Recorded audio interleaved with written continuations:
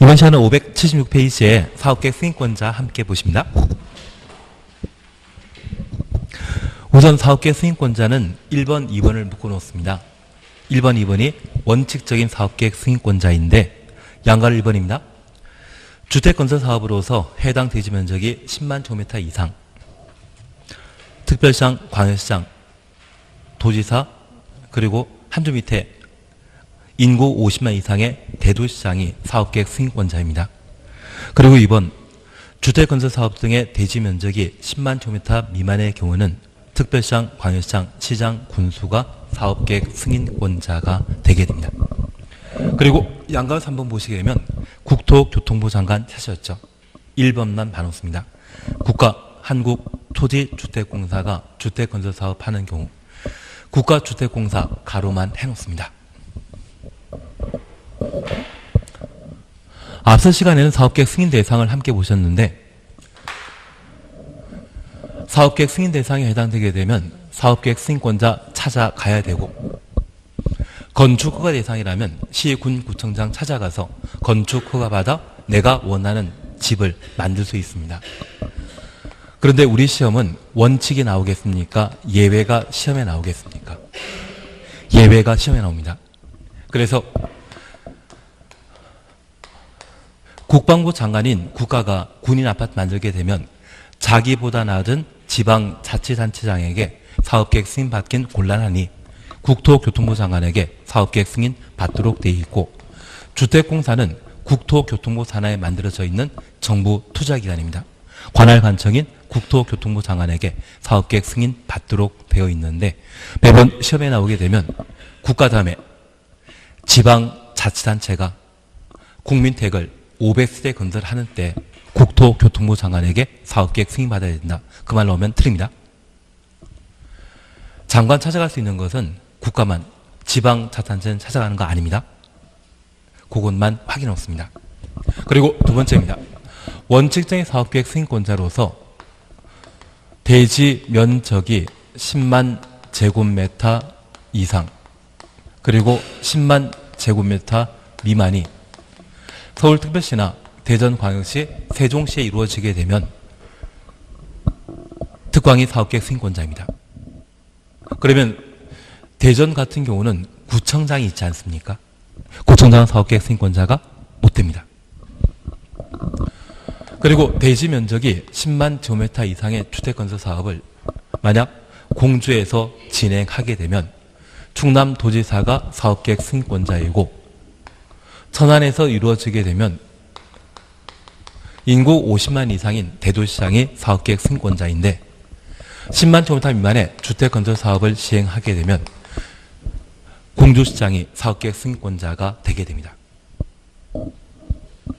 그래서 저 대지 면적에 따라 사업계획 승인권자가 달라지는 것은 충청남도에서만 사업계획 승인권자가 달라지게 됩니다. 다만 우리가 꼭 기억하실 것은 원칙적인 사업계획 승인권자를 계급 순으로 나누게 되면 특별시장, 광역시장, 도지사, 시장, 군수가 사업계획 승인권자인데 이러한 사업계획 승인권자의 구청장은 존재하지 않습니다. 그런데 하나 이해하실 것이 있습니다. 우리 주변에 아파트가 만들어지게 되면 용적률이 200% 이상 돼야만 돈이 되고 200% 미만이라면 아파트를 아예 안 만듭니다. 그러면 이 200% 용적률 측정되게 되면 이때 만들어진 아파트가 보통 15층에서 25층짜리 아파트이고 만약 용적률 300%라고 하면 25층에서 50층 높이의 아파트가 만들어지게 됩니다. 그러면 용적률 200%인 대지 면적 10만 제곱미터라고 하면 20만 제곱미터를 연 면적을 할 수 있는데 우리가 알고 있는 국민대 규모는 25.7평, 주거지 면적은 85제곱미터에 공용 부분의 면적이 25제곱미터 정도이거든요. 그러면 분양 면적이 110제곱미터 2000세대가 만들어지는 것이 대지 면적 10만 제곱미터가 되게 됩니다. 2000세 사는 이런 곳이라고 하면 도로, 전기, 수도 등의 각종 기반틀의 설치 필요하죠. 그 기반틀을 구청장은 만든다, 못 만든다.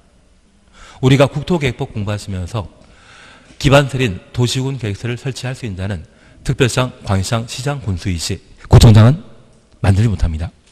그래서 새로운 기반틀의 설치가 필요하기 때문에 구청장을 제외한 자가 사업계획 승인권자이고 국가주택공사가 주택건설 사업하게 되면 누가 사업계획 승인권자이다? 국토교통부 장관이 된다는 것 확인해 놓습니다. 그래서 구청장은 사업계획 승인권자 아니라는 것만 잡아놓는 게 여기에 포인트입니다. 그리고 두 번째 우리 봐주실 것이 있습니다. 3번 공구별 분할 사업 차시였죠. 그리고 600세대라는 것만 확인하시는데 양가로 2번입니다. 주택건설 사업을 시행하는 자는 전체 세대수가 600세대 이상인 주택단지를 공구별로 분할하여 주택을 건설, 공급할 수 있다. 600세대 동그라미 놓습니다. 577페이지 옆에 페이지에 큰 3번 양가로 2번입니다. 그러면 사업계획 승인은 600세대에 걸쳐 사업계획 승인 받았는데 미분양 사태가 염려되게 되면 공구별로 쪼개 주택건설 사업 할 수 있습니다.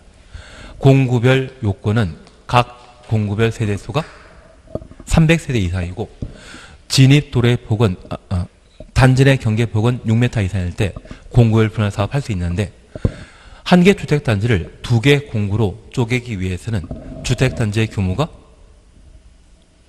600세대 이상일 때 공구별 분할 사업 할 수 있습니다.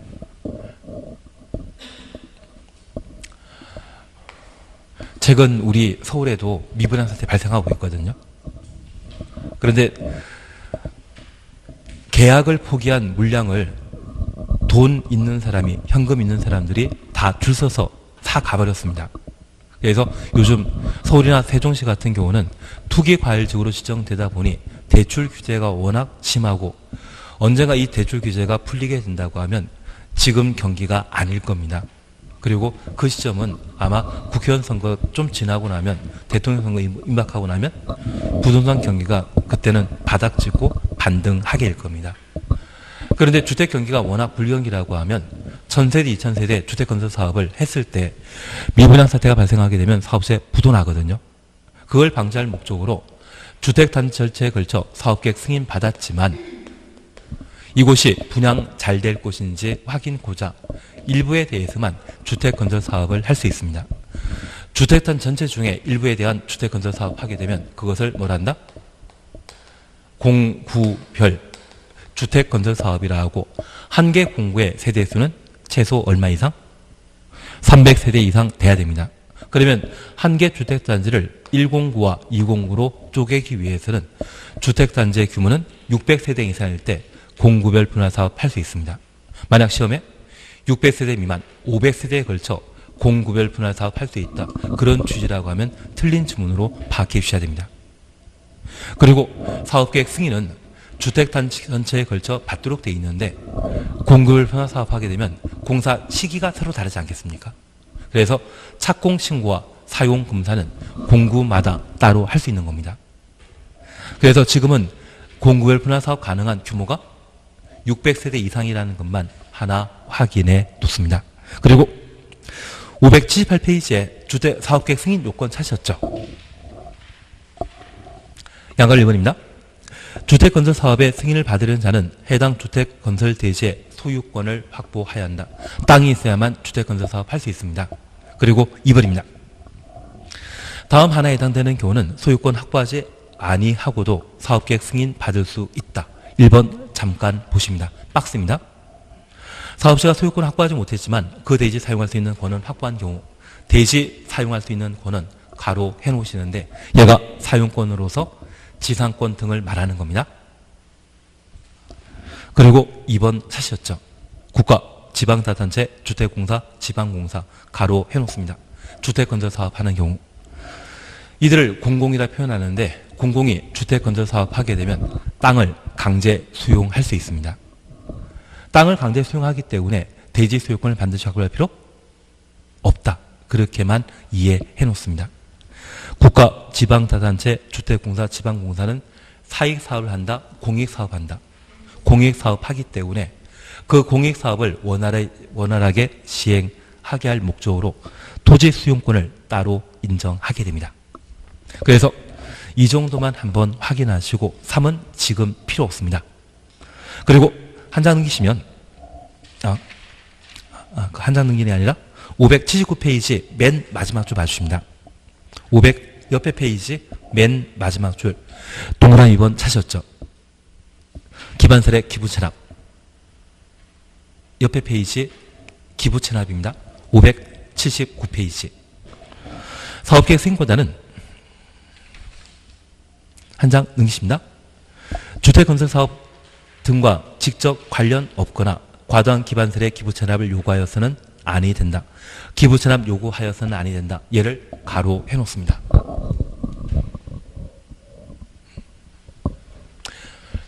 한 15년 전에 아파트를 분양받게 되면 학교시설 분담금이라 해서 500만 원씩 냈던 적이 있는데 그게 헌법재판소로부터 위헌 판결을 받은 적 있습니다. 그래서 현행법에서는 저 기부채납을 긍정문으로 끝낸다, 부정문으로 끝낸다. 요구하여서는 아니 된다.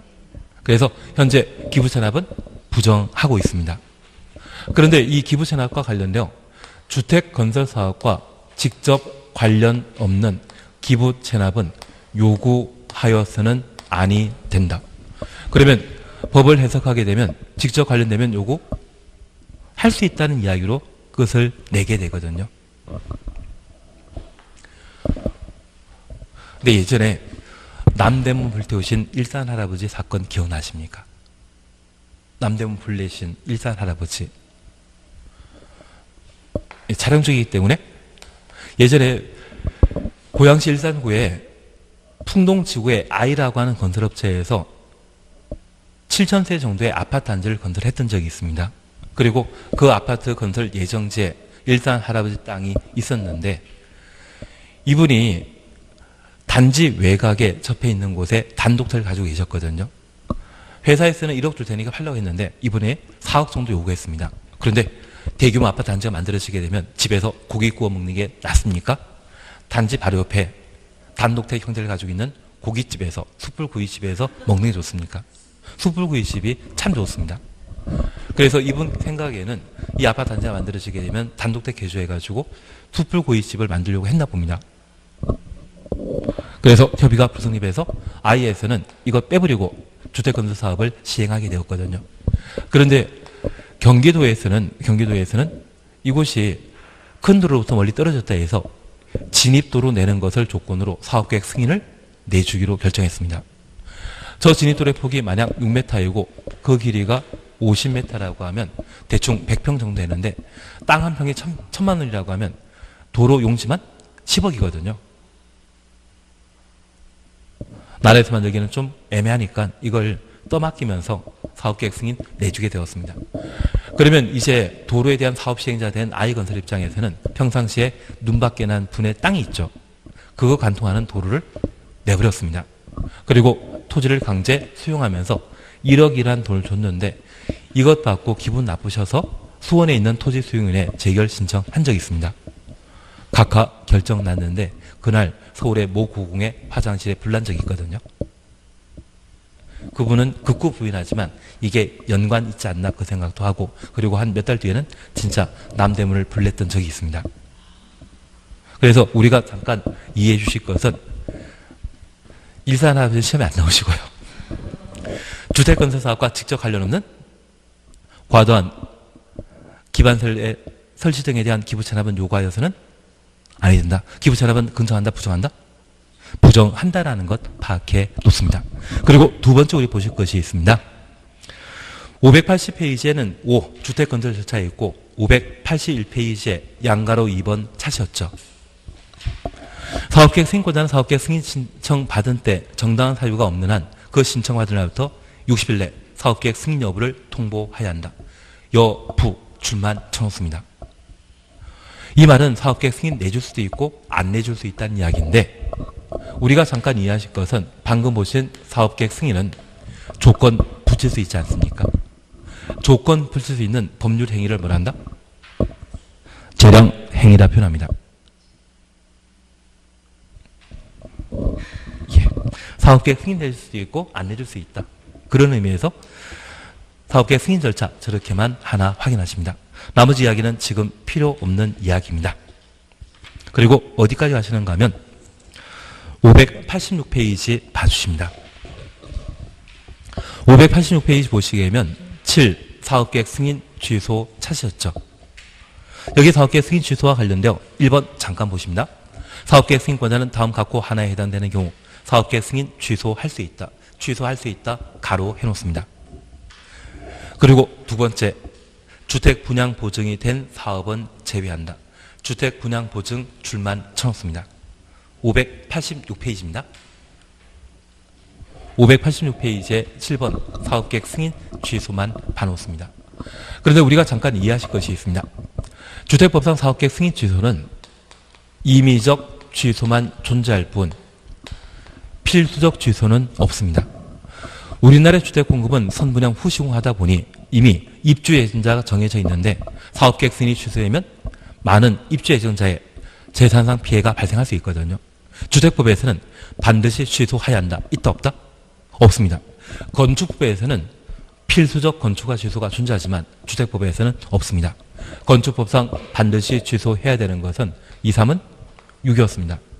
건축 허가받고 2년에 공사에 착수하지 아니하는 경우, 공장에 대한 건축 허가받고 3년에 공사에 착수하지 아니하는 경우, 건축 허가받았지만 착공 신고하기 전에 경매 등의 방법으로 대지 소유권 상실하고 그때부터 6개월 경과하여 공사 착공이 불가능하다 인정되는 경우는 건축가 취소하여야 한다. 그런데 주택법에서는 임의적 취소만 존재할 뿐입니다. 그리고 1번 보시니 사업주가 사업계획 승인받은 후 5년 이내 공사 시작하지 아니한 경우 5년 동원해 놓습니다. 그리고 2번, 3번 확인하십니다. 2번, 3번은 묶어 놓습니다. 특히 3번 잠깐 해보시게 되면 사업자의 부도 파산 등으로 공사 완료가 불가능한 경우 사업계획 승인 취소할 수 있는데 앞서 주택 분양 보증이라는 말 추정하셨죠.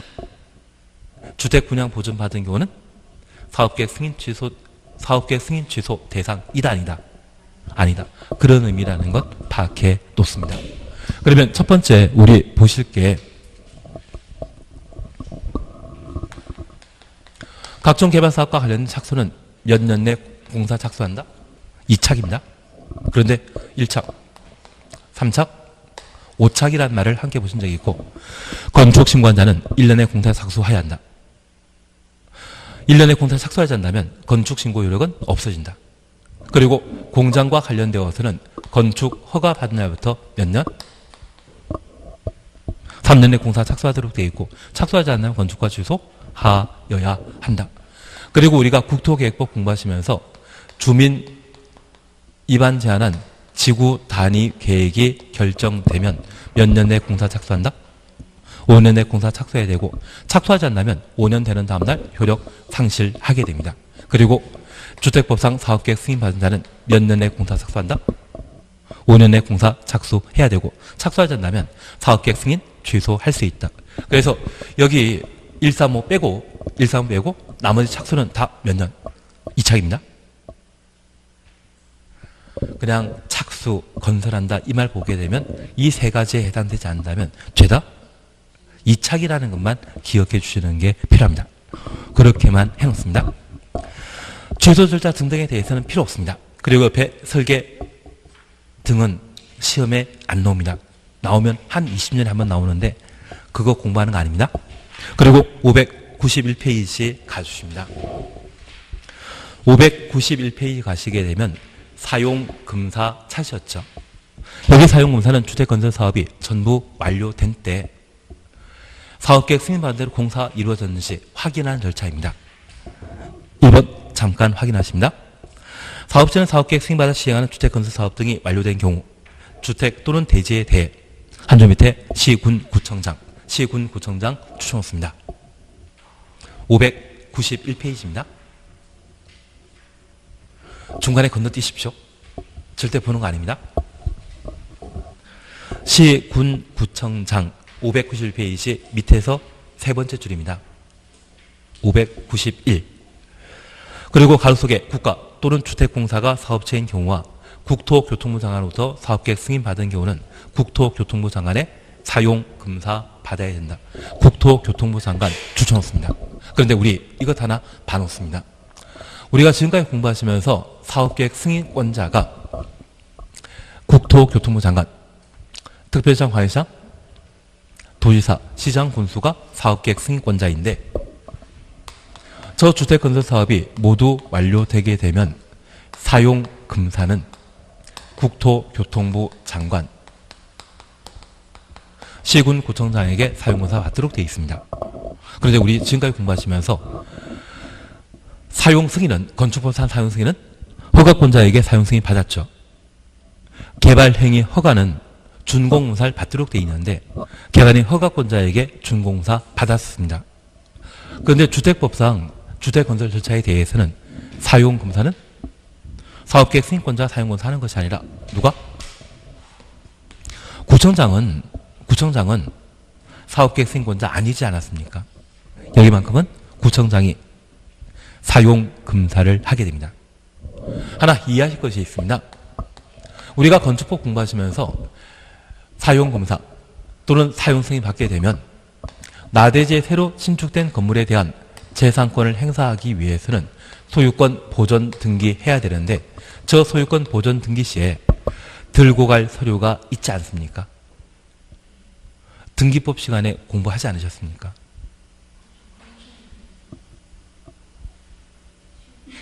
예.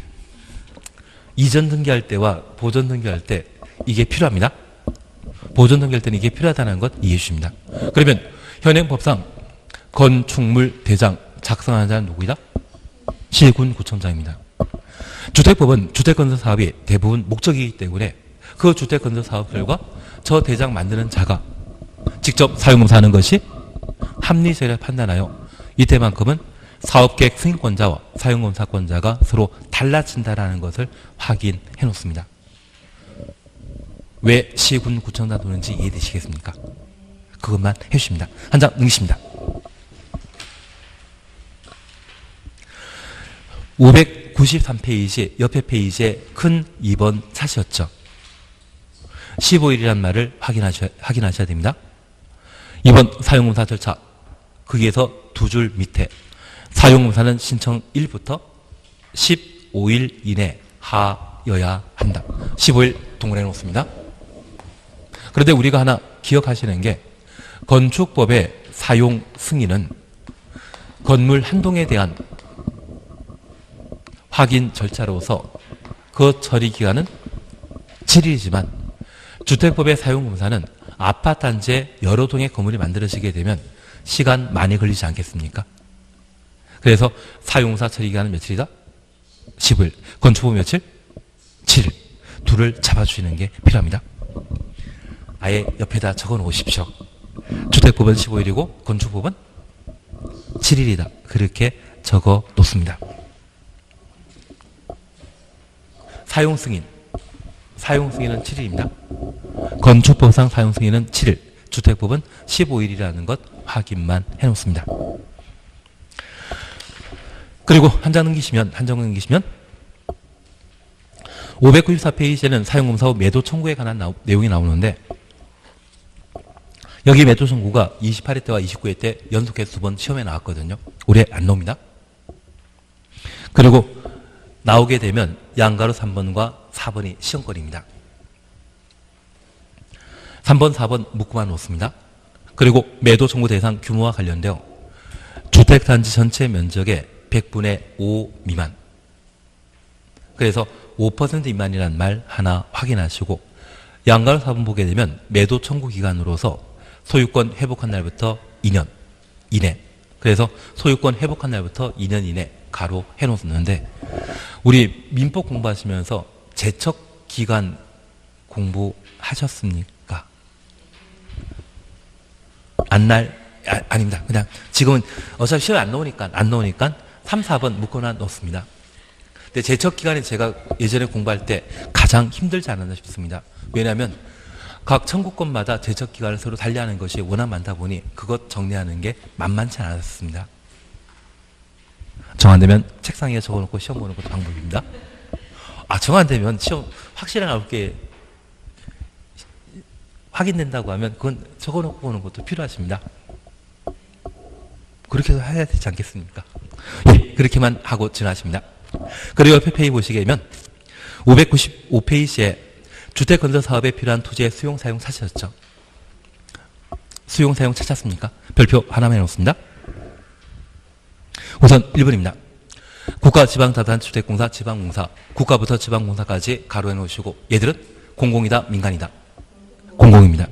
그들이 국민대 건설하거나 국민대 건설하기 위한 대지 조성하는 경우 한줄 밑에 수용하거나 사용할 수 있다.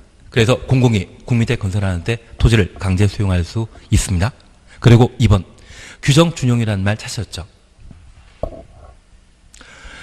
두 번째 줄 보시니 공익사업을 위한 토지 등의 취득 및 보상에 관한 법률에 따른 사업 인정 추놓습니다. 사업계획 승인으로 본다. 사업계획 승인 동일해 놓습니다. 그래서 우리가 잠깐 이해하실 것은 주택법에서는 원활한 주택건설사업을 도모하고자 부대사항으로 용지 확보에 관한 사항과 자금 조달에 관한 내용을 각각 다룹니다. 특히 우리 시험에 나올 만한 것이 자금 조달과 관련된 주택 상환 사채가 있습니다.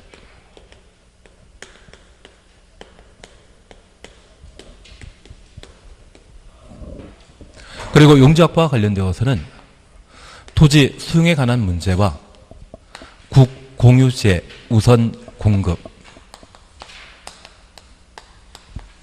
채비지 제도가 있는데 지금 이 시간에는 수용에 관한 사항들을 좀 봐주시고 국공유지와 관련되어서는 줄만, 얘는 나중에 개발법을 했을 때 보셔야 됩니다. 그리고 주택상환사채와 관련되어서는 그 의미가 무엇인지만 파악하시면 출제될 수 있는 두 문제를 해결할 수 있을 겁니다. 우선 첫 번째 잠깐 봐주실 것은 토지 수용은 토지 소유자 이사에 반하는 강제 처분으로서 국가가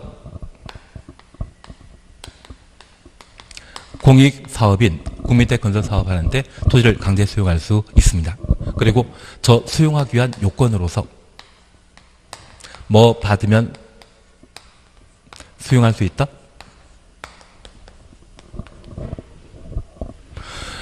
공익사업을 위한 토지의 취득 및 보상에 관한 법률의 사업 인정은 토지 수용 요건을 말하는 겁니다.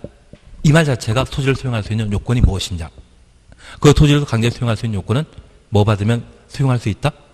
사업계획 승인받으면 토지를 강제 수용할 수 있는 겁니다. 그런데 우리가 하나 이해하실 것은 이런 토지 수용과 관련되어서는 우리가 공부하는 6개 공법 중에 4개 법령이 나오는데 첫 번째 우리가 공부하셨던 것은 도시군 계획시설 사업이 있습니다. 여기 도시군 계획시설 사업은 도시군 계획시설 사업 시행자가 실시 계획을 인가받고 인가권자가 뭐하면 고시하면 토지를 강제 소유할 수 있습니다. 그리고 우리가 아직 못 보셨지만 다음 달에는 보게 될 겁니다. 무조건 보게 될 겁니다. 도시개발 사업을 공부하시다 보면 이 도시개발 사업에서는 수용 또는 사용 대상 토지 건축물의 세부 목록을 고시하게 되면 토지를 강제 수용할 수 있습니다. 개발법에서는 도시개발법에서는 뭐한테? 세부 목록 고시한 때 토지를 강제 수용할 수 있습니다. 그리고 재개발 재건축 사업을 정비사업이라 하고 이 정비사업은 도시 및 주거환경정비법에서 다루는데 그 도정법에서는 사업 시행 계획을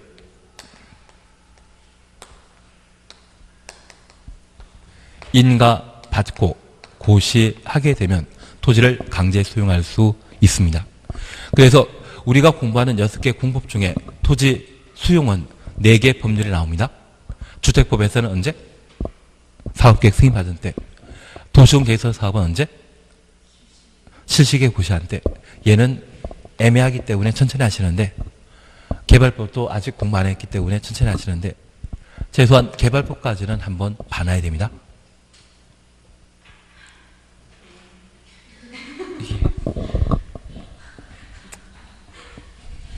너무 부담을 많이 드리는 것 같습니다. 근데 공법은 한번 잘 이해하시면 내가 모르는 법이라 할지라도 정답 맞추기가 아주 쉽습니다. 찍어도 답을 잘 찍으시거든요. 걱정하지 마십시오. 예, 한 장 응시입니다. 596페이지에 5번 채비제에 대해서는 지금 할 필요 없습니다. 채비제는 이거 할 필요 없으시고요. 옆에 페이지에 국공유지에 우선 매각 사셨죠. 딱 두 군데만 주셨습니다. 국가지방자치단체는 그가 소유한 토지를 매각하거나 임대할 때 다음에 해당되는 자에게 우선적으로 토지를 매각하거나 임대할 수 있다. 1번만 잠깐 확인하십니다. 국민대 규모의 주택을 50% 이상 건설하는 주택건설. 그래서 전체 세대가 1000세대인데 500세대 이상을 주거저 면적 85제곱미터 이하로 건설하는 것을 국민대 규모의 주택을 50% 이상 건설하는 것으로 표현하게 됩니다. 그리고 2번 환매 차시였죠. 국가지방자치단체는 토지를 매수하거나 임차한 자가 매수일, 임차일부터 2년 동일해 놓습니다. 국민대 규모의 주택 또는 조합체를 건설하지 아니한 경우 환매하거나 임대차 계약을 취소할 수 있다. 건설 동그라미 놓습니다. 지금 건설은 완공이겠습니까? 착공이겠습니까? 착공이라 해주십시오.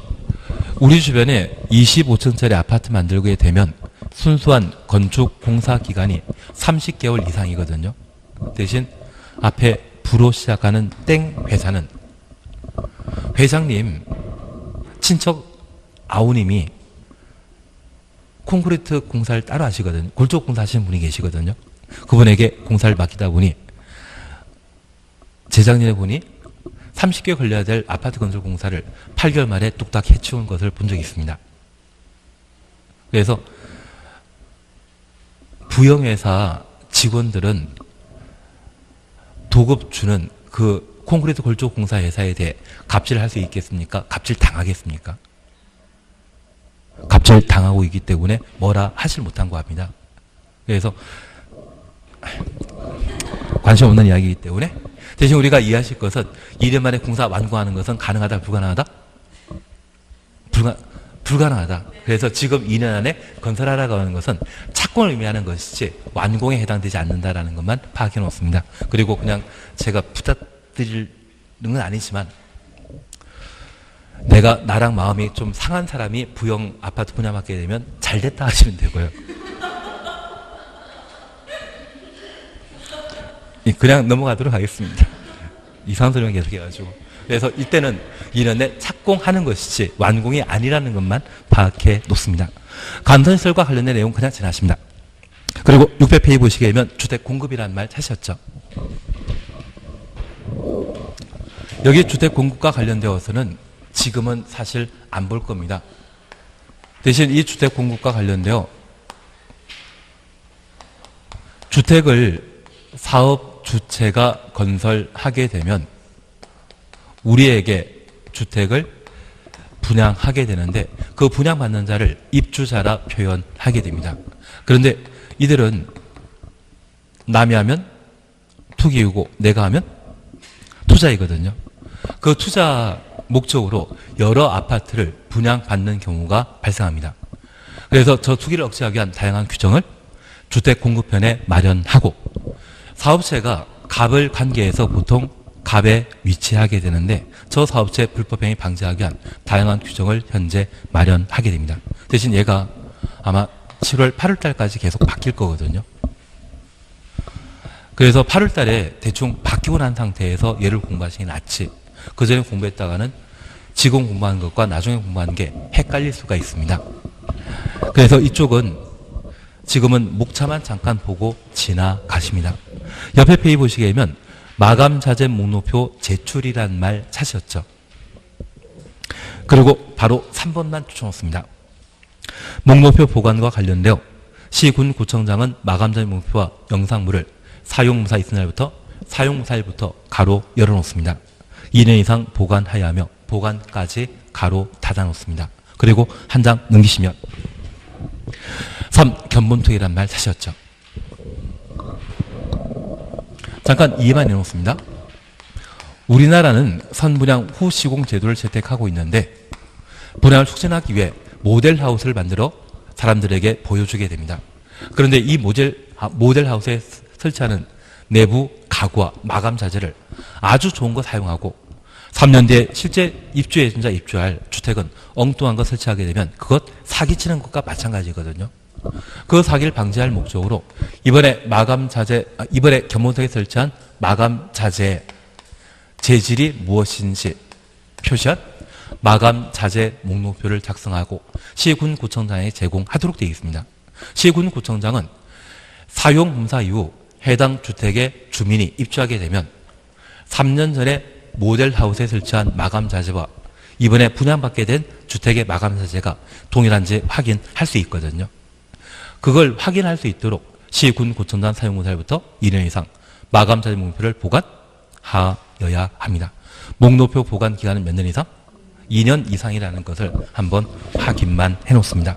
그리고 603페이지에 이번 분양가 상한제 적용 주택 사셨죠.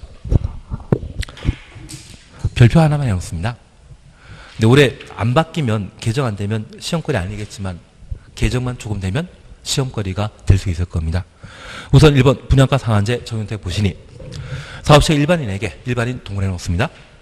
공급하는 공동주택 중에 다음 하나에 되는 지역에 공급하는 주택에 대해서는 한 줄 밑에 분양가 상한제 적용 주택으로 하여야 한다.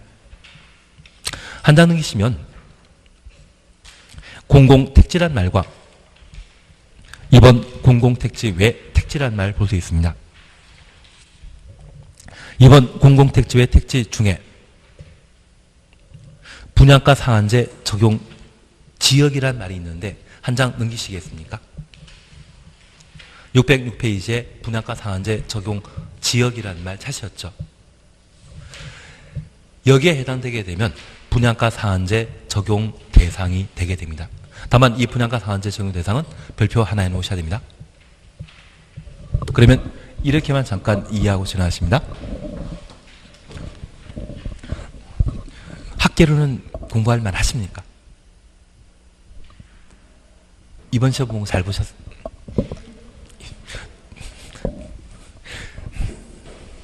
얼굴에 미소만 저에게 보이시면 염화시중의 의미로 제가 또 그걸 그대로 받아들여야 되죠. 잘 하시는 걸 알고 있어야 됩니다. 근데 우리가 개론 공부하시다 보면 수요 공급과 관련된 시장이 형성되게 되면 최초의 공급 가격은 공급자가 결정하게 되는데 그 공급 가격이 지나치게 높게 되면 거미집 이론에 따라 제자리로 찾아가도록 되어 있습니다. 그래서 원래 모든 물건의 공급 가격은 누가 결정한다? 사업체가, 공급자가. 그런데 주택법상 분양가 상한제 주택은 분양 가격이 법으로 제한된 주택을 분양가 상한제 적용 주택이라 합니다. 그러면 이 분양가 상한제 적용 주택은 일반적인 제도이다, 예외적인 제도이다. 예외적인 제도입니다.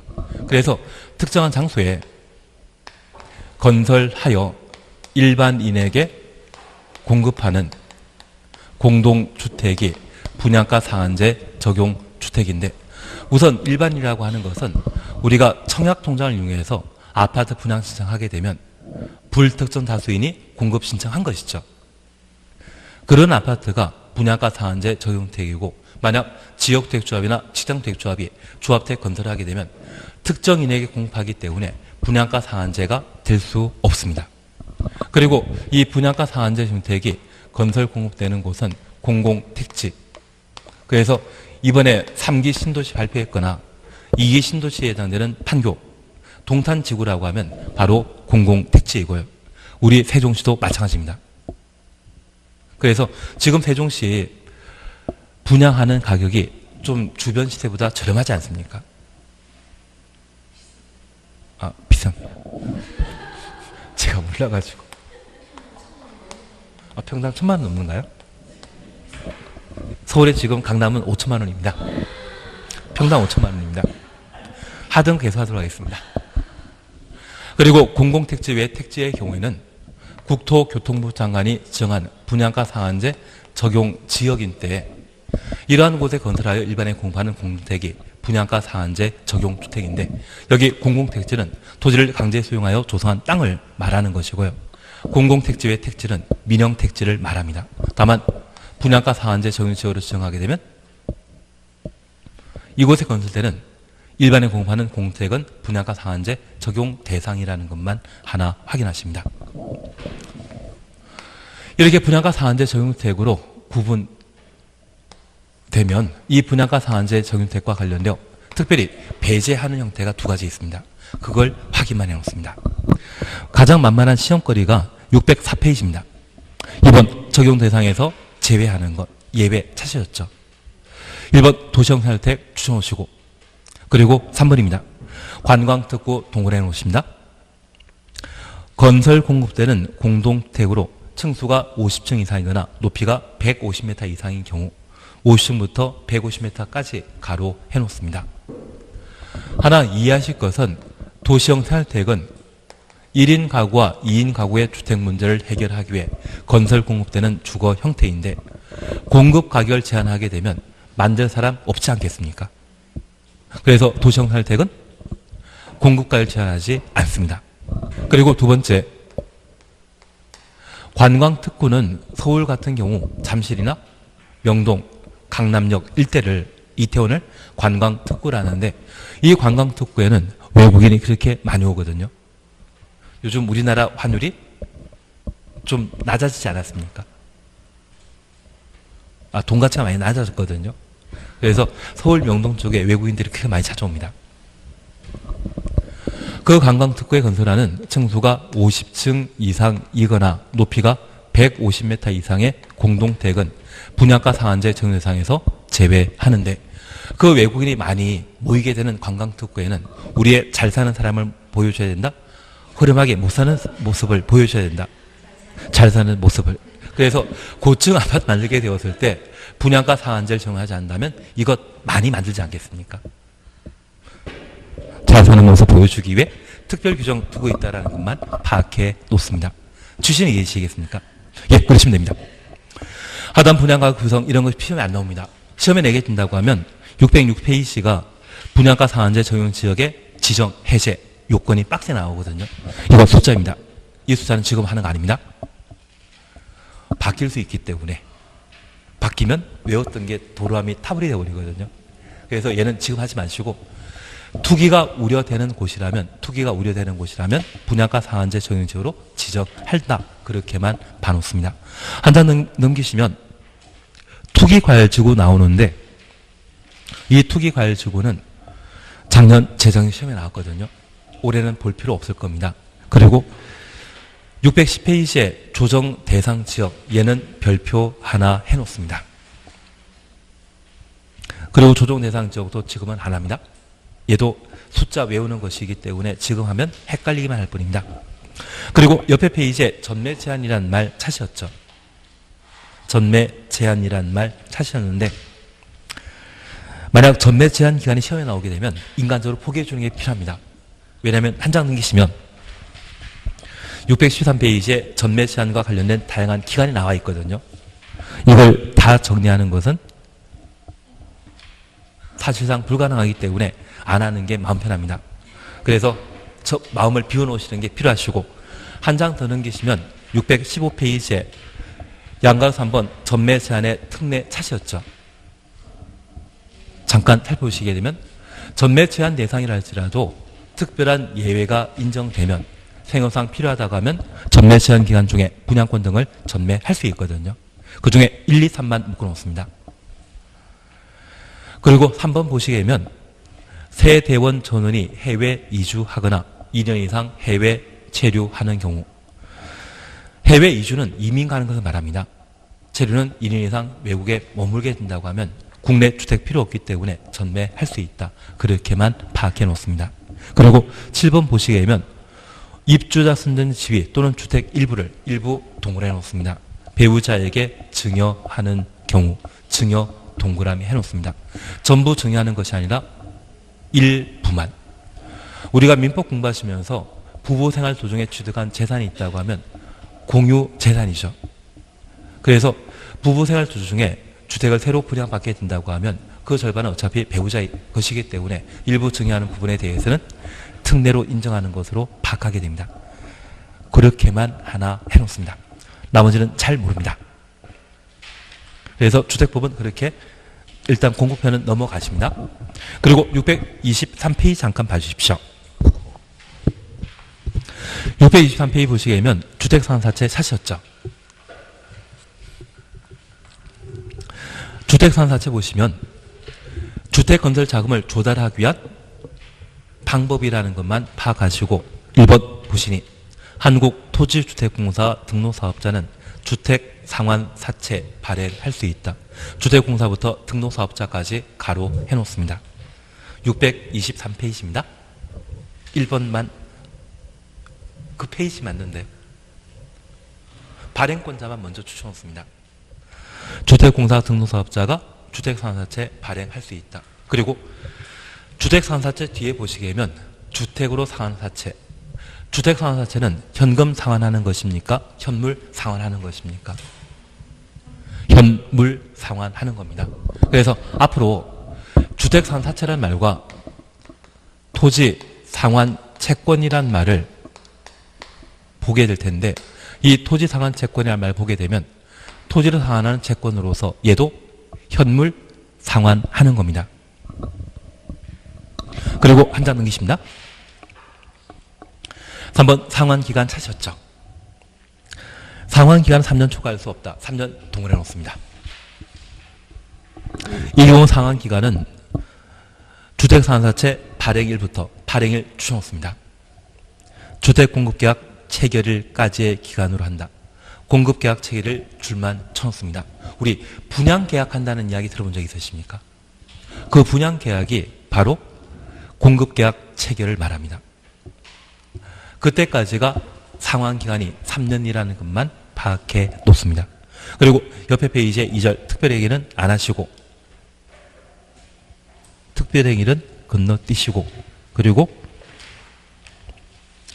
627페이지에 5장 리모델링 찾으셨는데 하나만 하고 오늘 끝내실 겁니다. 어디 보시는가 하면 632페이지 봐주십시오.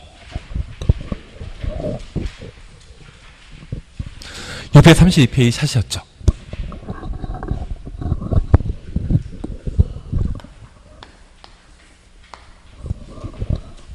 제가 첫 시간에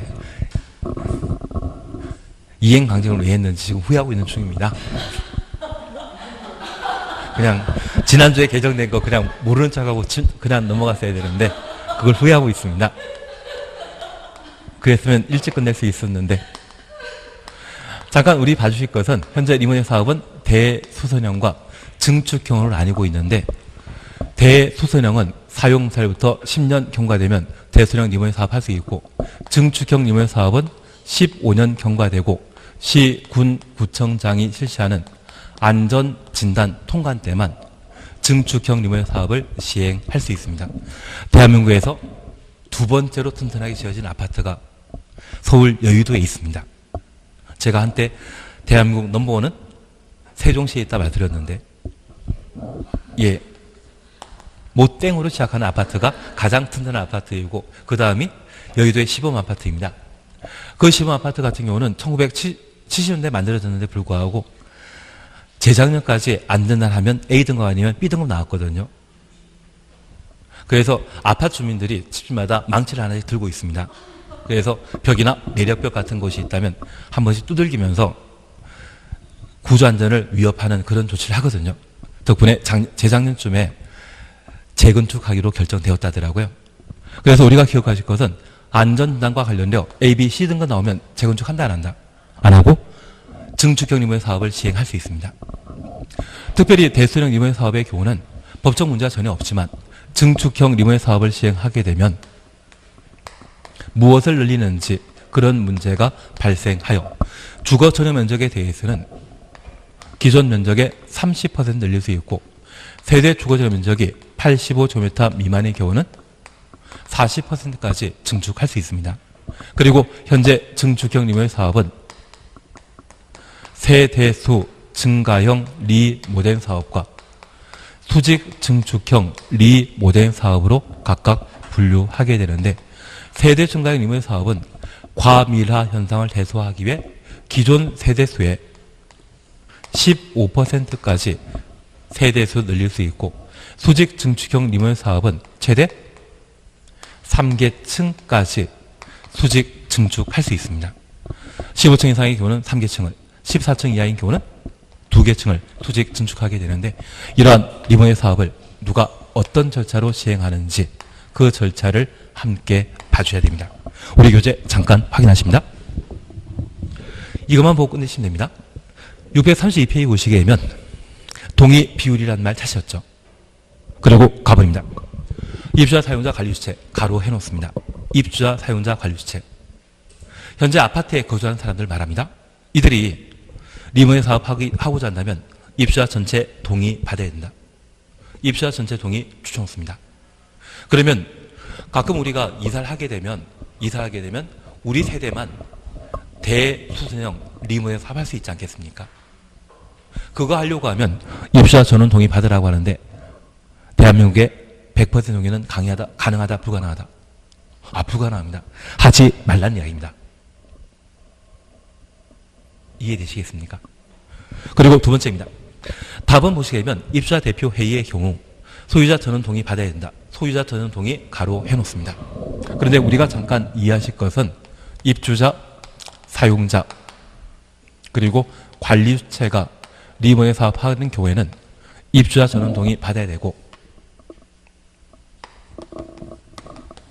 입주자 대표 회의가 리모델링 사업을 시행하기 위해서는 소유자 전원 동의 받아야 되는데, 입주자 소유자는 서로 다른 사람입니다.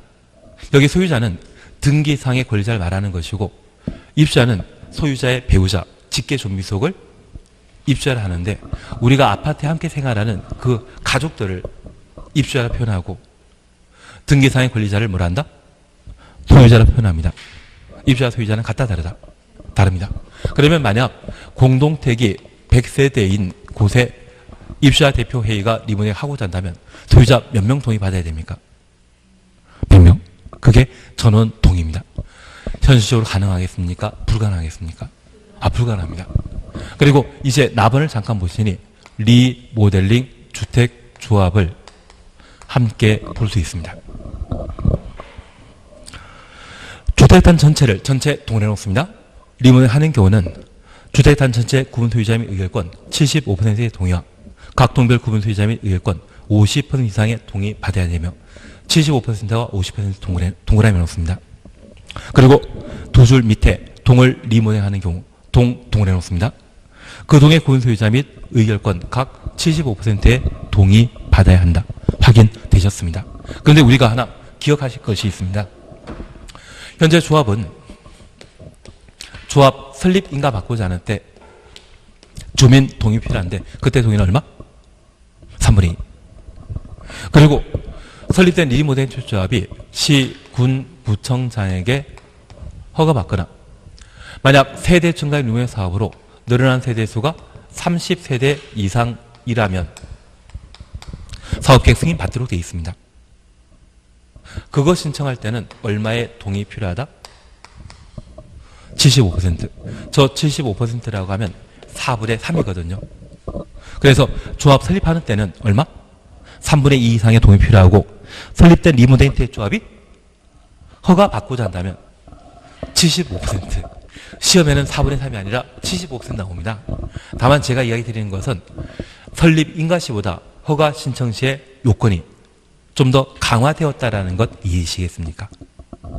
그래서 만약 조합은 리모델링 사업하고자 한다면 설립하는 때 동의 받는 경우가 있고요. 설립한 리모델링 조합이 허가 받고자 한다고 하면 또 한 번 동의 받도록 되어 있습니다. 그래서 본문 표현 속에 조합을 설립하려면 이 말 나왔을 때는 얼마? 3분의 2 이상의 동의 받아야 되고, 리모델링 조합이 리모델링 하려면 허가 받아야 되거든요. 본문 속에 조합 설립이 목적이 아니라 리모델링 하려면 이 말 나오게 되면 그때는 75% 동의 받아야 됩니다. 나중에 제가 시험에 보여드리겠습니다. 모의고사 보든지 어떤 방법으로 보여드릴 텐데 저 동요권을 꼭 한번 파악해 주십니다. 오늘 여기까지 하면 되는데요. 수고하셨습니다.